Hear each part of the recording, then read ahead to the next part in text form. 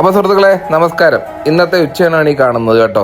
ഉച്ചയൂണെന്ന് പറയുമ്പം നമ്മുടെ സാധാരണ ഐറ്റംസ് മാത്രമേ ഉള്ളൂ. നാട്ടിൻ പുറത്തേക്ക് കാണുന്ന നല്ല നാടൻ ഐറ്റംസ്. കാരൽ, മാങ്ങയും മുരിങ്ങയൊക്കെ ഇട്ട് വറ്റിച്ചത്, ചാള പൊരിച്ചത്, ചക്ക, അയല, മീൻകറി, മോരുകറി, മുരിങ്ങയിലത്തോരൻ, അതിൽ നല്ല ചക്കക്കുരുവൊക്കെ ഇട്ടിട്ടുണ്ട് കേട്ടോ. പിന്നെ നല്ല വെള്ളയരി ചോറ്. ആദ്യം വളരെ കുറച്ച് ചോറും അത്യാവശ്യം ചക്കയും. ചക്ക നന്നായി വെന്ത് കുഴഞ്ഞ ചക്ക കേട്ടോ, നല്ല കടുവൊക്കെ പൊട്ടിച്ച് വിത്തി ചക്ക. അതും കൂടെ ഇട്ടതിന് ശേഷം കുറച്ച് മത്തി, എണ്ണ ഒന്ന് നോക്കി നല്ല കുഞ്ഞൻ മത്തി പൊരിച്ചത്, പേരിനൊരൽപ്പം ഒണിയൻ. പിന്നെ നമ്മുടെ മീൻ കറി, നല്ല വാലറ്റം നോക്കിയ അയല മീൻകറിയും. ആ ചക്കയുടെ മുകളിലേക്ക് ഇങ്ങനെ കുഴിച്ചൊഴിക്കണം കേട്ടോ.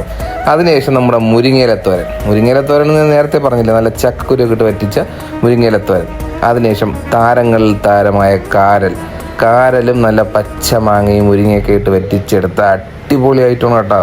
കാറിൽ കിട്ടിയെന്ന് പരീക്ഷിച്ച് നോക്കണം. അതിനുശേഷം നല്ല സാധാരണ മോരുകറി, വെറും മോരുകറി. ഇതെല്ലാം കൂടെ പ്ലേറ്റ് നിറച്ച് വീത്തിയിട്ട് ഇതാണ്ട ഇതുപോലെ ഒരല്പം ചക്ക, മുരിങ്ങയില തോരൻ, ഒരല്പം കാരൽ, പിന്നെ നല്ലൊരു മീൻ ഫ്രൈ അതൊന്ന് കുറച്ചെടുത്ത് അതും വെച്ച്, മത്തി തന്നെ വേണം കേട്ടോ ഇതുപോലെ. പിന്നെ വേണ്ട വീണ്ടും കുറച്ച് കാരലൊക്കെ എടുത്ത് നന്നായി കുഴച്ച് ഇതുപോലെ എടുത്ത് അങ്ങോട്ട് കഴിച്ചാണ്ടല്ലോ എൻ്റെ പൊന്ന് സാറേ, ഒരു രക്ഷയില്ല. എൻ്റെ മുഖത്തെ എക്സ്പ്രഷൻ നിങ്ങൾ കണ്ടില്ലേ, അടിപൊളി അടാറായിട്ട് വരുന്നു കേട്ടോ.